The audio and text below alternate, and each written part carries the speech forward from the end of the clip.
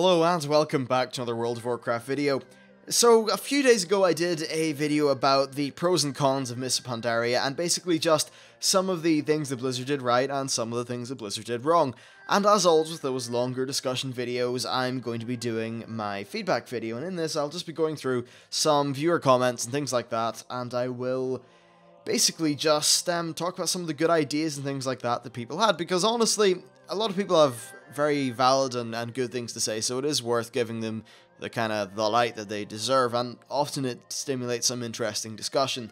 So first of all, we have Michael Tucker, who said that pandas were in World of Warcraft before that intro cinematic movie, and the people who just think that they just kind of came up and were Kung Fu Panda are either ignorant to the lore or just a bunch of kids. Well, okay, yes, pandas technically were in World of Warcraft, in that they exist in the lore through Warcraft 3 and the whole stuff involving Chan Stormstout. Now, the thing is, they existed in the lore, but they were never fleshed out in the lore. They were never really given a great deal of background. And more importantly, their lore and history was only really made with Mists of Pandaria, so it's not like it was just kind of nearly retconned into the pre-existing things. So basically, it just sort of popped in out of nowhere, though it did exist, which I think it just led to a lot of people at least getting the impression that it came out of nowhere. So honestly, not everyone is a lore person, and for those people who are not heavily invested in the lore, it just is very random seeing something like the Pandaren, who are completely different, just appear out of nowhere.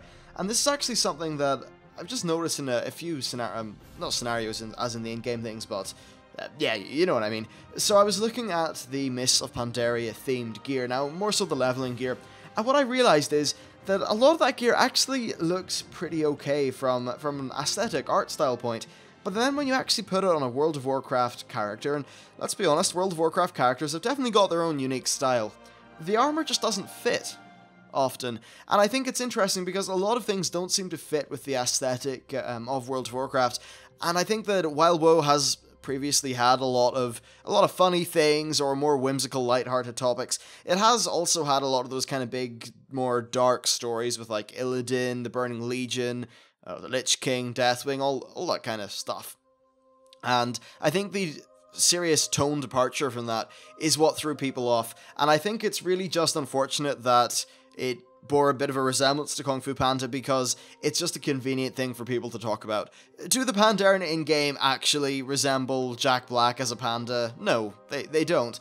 But there is a parallel there that people can draw.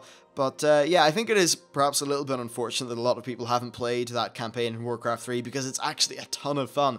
As is Warcraft 3, if you can find that game for the cheap, then I absolutely recommend picking it up, and the expansion. And that is where you will see the first instance of the Pandaren in World of Warcraft, well, in the Warcraft universe. But yes, Michael, I do know where you're coming from with the idea of people just being ignorant from the lore, but I think that really it was Blizzard's fault for not communicating it in a better manner. But because Mists of Pandaria seemingly just appeared, it just appeared out of nowhere, honestly. And I think because of that, that's just really the reason why people were like, kind of, oh, OMG, pandas, etc. So yeah, there's that. Next, we have Joshua354, who says, one of the little features that I liked in Mists of Pandaria were the tokens that you could use at Revere to increase your rep gain on all characters with a faction. Most of the reps being hidden behind dailies sucked, but the tokens were nice. A feature I don't like is the black market auction house. It took away the impact of seeing a player who had a really cool mount or piece of armor, and you knew that either took forever to get or was just really rare, or perhaps in some cases wasn't even available anymore. Well, with the black market auction house, those items can now be bought with gold. Sure, they were random, but it just seemed off to me being able to purchase them. So first of all, let's talk about the whole rep gain issue. And actually, I do really like the idea of having this token that you buy once you've kind of put your time in on your main character. I do like that. I think it's a good idea. And overall, pretty well executed. I think one of the problems is that so much of the gear and that kind of thing was just hid behind dailies, to the point where really, even with that boost, it was still a tremendous slog. Still though, I kind of want dailies to remain in the game in the same capacity as they did for, say, Netherwing or those cool little optional things. And this is actually going to come into a question later on, I believe. But yeah, I think overall that idea was a pretty good one. I think that if they just had limited amount of reputation from dungeons, not to the Cataclysm extent, but perhaps maybe just slightly more than the Mists of Pandaria extent. Maybe they give you 1,000 per day for doing your first dungeon, with a reputation of your choice. Maybe they do that. They also have these revered things. Maybe you can hand in some sort of like just single once a day profession thing, like what you had with the work orders with farms, and just various things like that. So yeah, while there are reputation dailies or grindy things, you can also work away at that reputation via doing other things in the game. I think that would be a really nice way to do it that would give a lot of people a lot of choice. Now, on what you said about the black market auction house, well, it's weird. It's not a system that's affected me enough for me to have really came to much of an opinion about it, but I certainly do understand the perspective of the sort of amount of prestige that came with those rare pieces of armor and mounts just being gone and degraded, and I think it sort of has, really. Now, one thing I'd actually like to know in terms of statistics is, let's just say, the Ashes of Alar, that really cool Phoenix mount. That's a mount that I actually nearly see on a daily basis now, and I would like to know what percentage of those mounts were purchased in the black market auction house, and what percentage was just dropped in the raid as per normal. I'd really like to know that, because a lot of those old mounts are still things you can pick up just in the game, and I guess I'd say if Ashes of Alar came out in 2008 or 7 or whatever, and it's now like 6 years later, or 7, well, because of that, a lot of people are going to have the damn mount, when you think about it. So maybe it could just be a bit of a perception thing where you maybe perceive an exaggerated effect from the black market auction house, but honestly, in principle, I do see what you mean by that problem, and I think that if a mount is not available in a raid or anything else, then it absolutely should not be on the black market auction house. Like, if it's one of those things that was removed from the game, don't put it in the black market auction house, because that's just not really right, in my opinion. Still though, I don't think it's a massive issue, because there's actually a very small amount of people which have enough gold to be regularly buying things off it, but I certainly do understand where you're coming from, and yeah, I don't know, I think Blizzard, if they do keep on the black market auction house, it will just continue as it has been. I don't think it's really the sort of thing they're going to be putting a lot of development time or effort into. Okay, so the next question is from, or next comment is from Nichol 9701, who says they still can't make it, or they still can't make enough content to last the whole expansion, but the content that they did make was good. So I think that on the whole idea of them not really being able to make enough content to last the whole expansion, I think in the main expansion period of from release to the final patch, they actually did a fantastic job. We got pretty regular updates, actually. You know, 5.1, 5.2, 5.3, and 5.4 were pretty much all within 3 months of each other, and that was nice, actually. It meant there was always something new on the horizon. From my perspective, as a World of Warcraft news and information person, it was fantastic. But the one thing I've got to say is that, once again, it's that patch 5.4 onwards period, this just sort of after the last patch period, that really is hurting World of Warcraft. And it's a hard issue to get away from, really, because there just will come a certain point where Blizzard has to go full guns blazing on the next expansion. And I don't really know how they would overall balance that. I suppose they could just have a smaller team of developers just kind of keep on trucking on with the current expansion, making some current content to last that amount of time. Maybe it's not as much, maybe it's a little bit more delayed, but at least it would be something. I think that would be nice, actually. So that perhaps 3 months after the final patch we get Season 15, and maybe Season 15 doesn't have new gear, but it's still a PvP season which will stimulate gameplay. So maybe if in the future in this scenario we would get that new PvP season, but we would also just get a little bit of PvE content. And I'm not too sure what that content would be. Perhaps it could be some sort of new Time the Tile style zone that is using a pre-existing tile set. I guess that wouldn't be particularly hard to do. Maybe it could be a new raid that reuses some old models, not old models as in old world, but just some pre-existing Pandaria models that are just slightly edited. Something like that that doesn't require a lot of work, but at least still gives some gameplay. Perhaps that would be a good idea, and maybe when Warlords comes out and the team increases over the next year and a bit, maybe the next time that we have this end of expansion period, we will see a little bit more content to tide us through until the next expansion comes out. So, yeah, it's definitely an interesting problem, and I guess it nearly is inherent to the MMO style that World of Warcraft is going for. an interesting stat that I actually saw a while ago, and I'm not too sure if this is correct, but it was something to the effect of World of Warcraft has a main development team of 180 people. That was kind of interesting to me, and actually I think that's really a good thing. I know a lot of people are going to say, well, why don't they hire 600 people and give us all the content in the world? Well, honestly, if they did that, the game wouldn't be very good. Take a look at Assassin's Creed 3. That's what happens when you have 600, 500 people working on a game. It just becomes a mess. So it's definitely one of those games where it still has a large development team. It's just that it's not completely monolithic. Though I suppose that does at least ensure that there's I guess a more refined level of vision and polish, and especially I think the topic of polish is important because Blizzard have always been very good at it. I think it's actually interesting taking a look at Titanfall. Titanfall is a game that's only made by 70 to 80 people, so it's a relatively small but extremely talented team. And while the game may not have as many maps or some wide-ranging single-player campaign, what it does have is extremely well-refined and polished, and honestly, because I care mostly about gameplay personally, I'm happy with the way it currently is done. Still though, the more content the merrier, so let's hope we do get that eventually. So our next question is from the glorious Chairman Meow, and he says, one of the things I didn't like about the expansion was the excessive use of the same boss skins. All the Mogu bosses looked the same, all the Mantid had the same kind of skins, the Shah skin got old very quickly, and seeing them in most raids, including a world boss, was just a little bit too much. And he said that in Wrath of the Lich King you had Naxxramas, Icecrown Citadel, Ulduar, and Trial of the Crusader, which all had consistent and different skins. Anyway, don't get me wrong, Siege of Orgrimmar was very diverse, but I think it always should have been that way. And that's actually a rather fair criticism. I think that the Mogu aesthetic being used in both Throne of Thunder, in some instances, and some of the 5.0 stuff, was probably a little bit too much. I don't know, 5.2 was, I guess it just wasn't particularly interesting to me from an aesthetics point. I actually did really love the raid. I had a great time there. But aesthetically, yeah, I think I do get what you mean. It all felt just a little bit dull and very samey in terms of color palette. I know that is actually the look that they were going for. I guess it's more just of a personal issue. Really, at the end of the day, everyone's personal preferences in terms of aesthetics are going to be different. But still, it is a very valid criticism, actually. I think the Mantid were definitely a problem, but I think, once again, actually, this applies to both the Mantid and the Mogu.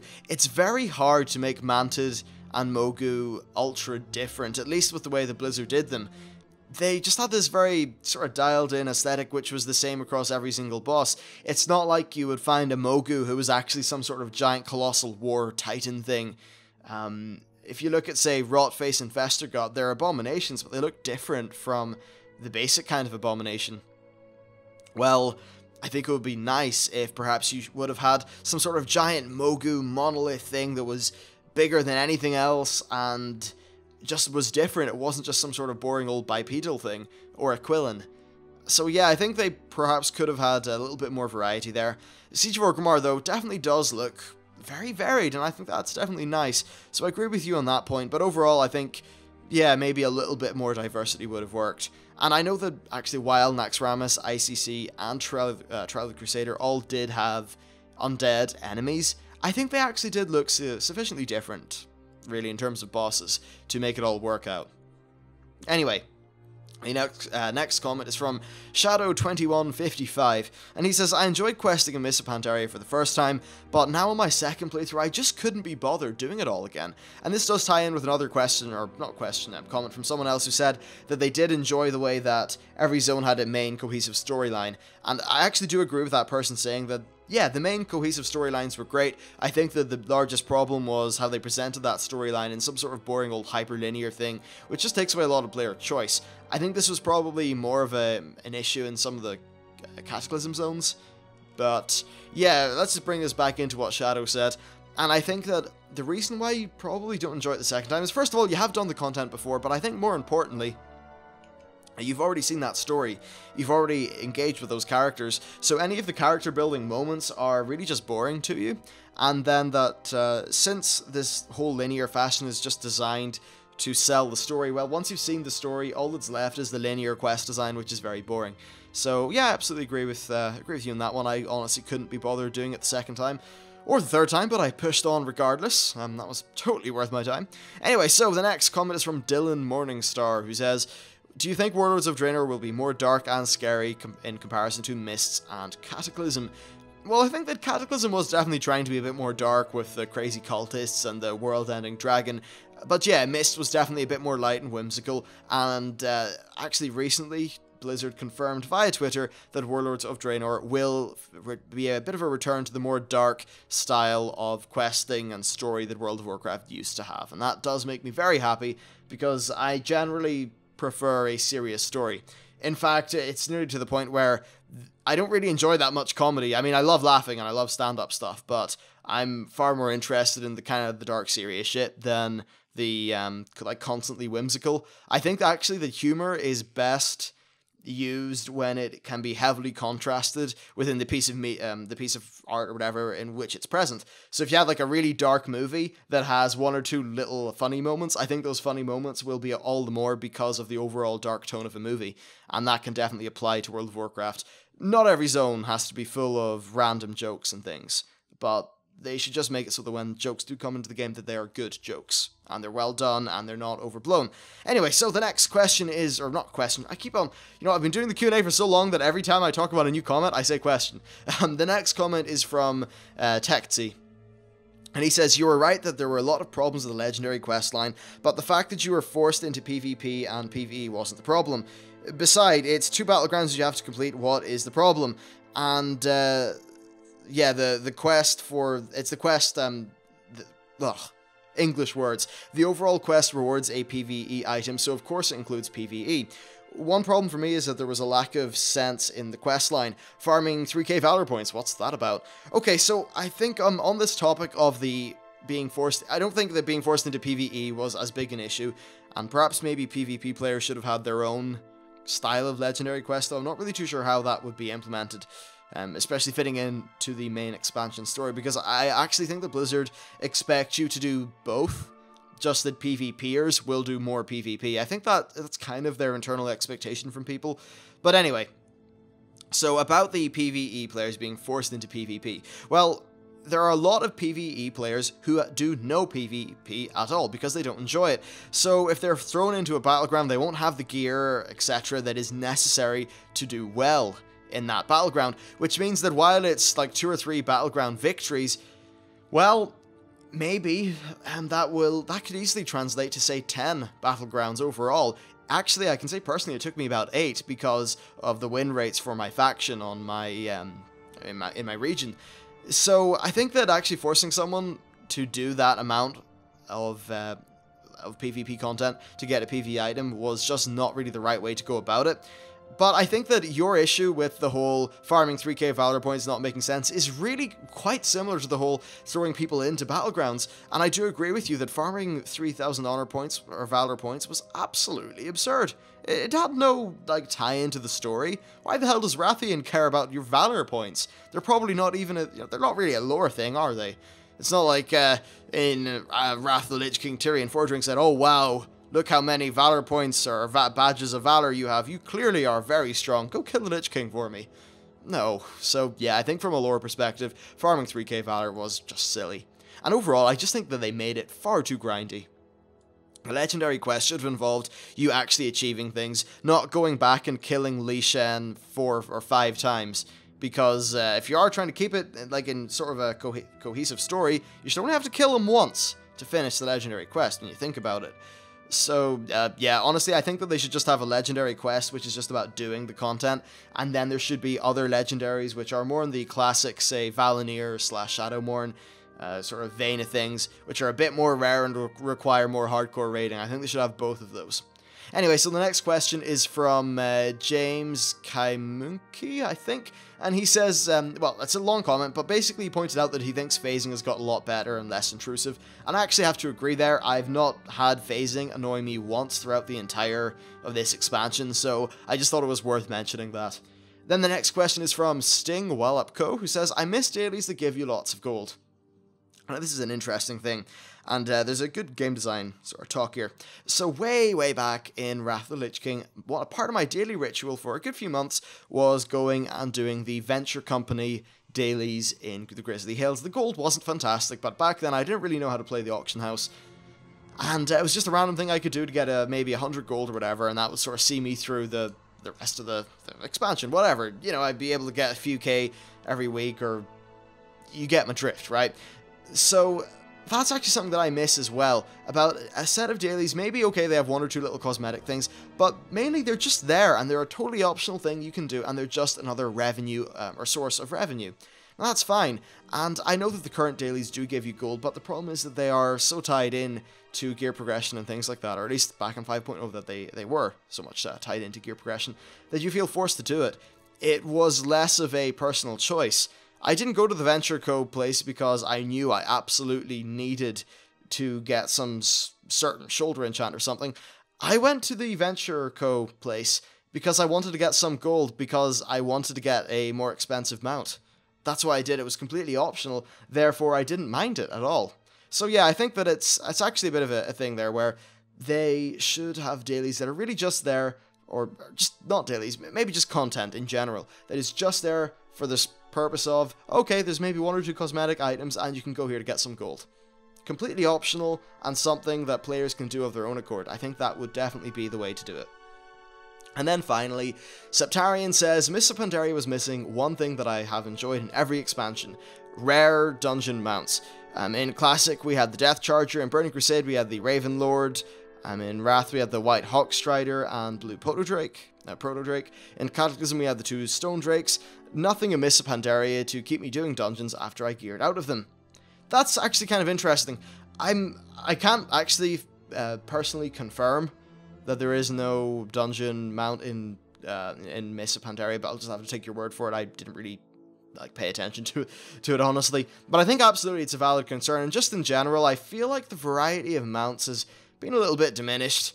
I think it's just that they had this really cool model for the Celestial Dragons, so instead of just using that in one or two places and it being cool, it's like, no, here we have the Celestial Dragon, or, you know, the sparkly one. We have 5 different colors from this faction. The Shah has a Heavenly Thundering one, this other guy has a Heavenly Lightning one, this other person has the Heavenly Golden one, then Yulon has one.